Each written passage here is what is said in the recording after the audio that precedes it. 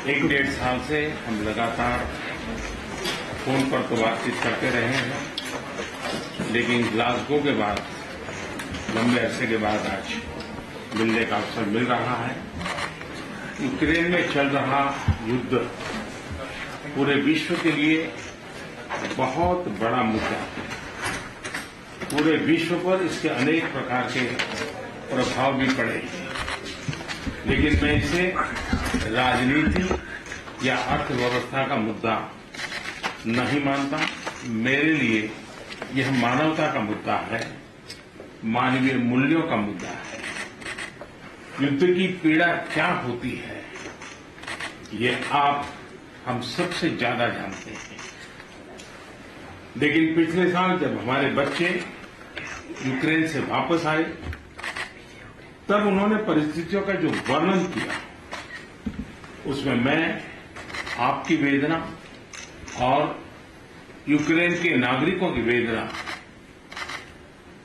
भली भांति समझ पाता था, उसका अंदाज लगा पाता था।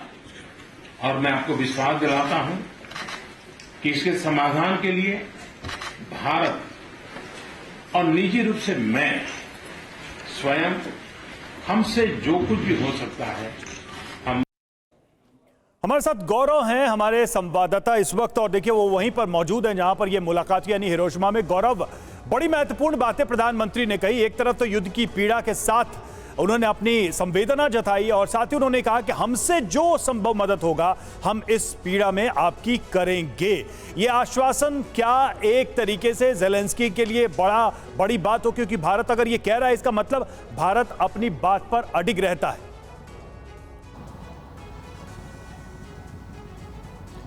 रवि, देखिए ये बहुत बड़ा स्टेटमेंट है और ये स्टेटमेंट आप कह सकते हैं दुनिया में इस युद्ध के बीच एक सॉल्यूशन की लकीर खींचता है। आप देखिए प्रधानमंत्री के पूरे संबोधन में वो उस जो पीड़ा है उसको समझने की बात कर रहे हैं। वो बात कर रहे हैं कि आप युद्ध झेल रहे हैं और वो ये भी कहते हैं कि इस पीड़ा को दूर करने के लिए हमसे जो बन पड़ेगा हम करेंगे। वो ये नहीं कहते कि हम आपको ऐसी मदद करेंगे जिससे आप और ज्यादा हथियार आपको मिले। वो ये नहीं कहते हम आपको उस युद्ध को लड़ने में मदद करेंगे।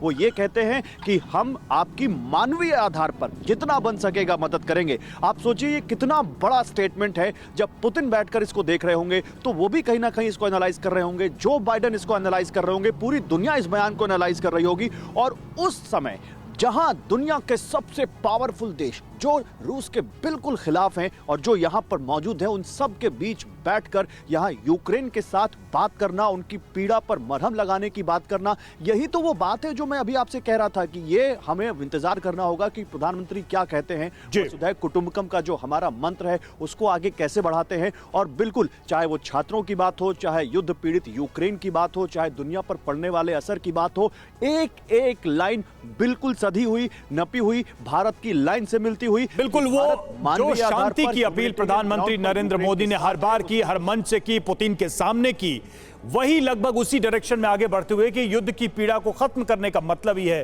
कि हम युद्ध की समाप्ति की ओर बढ़ें। और यही प्रयास और इसी में मदद का आश्वासन भारत की तरफ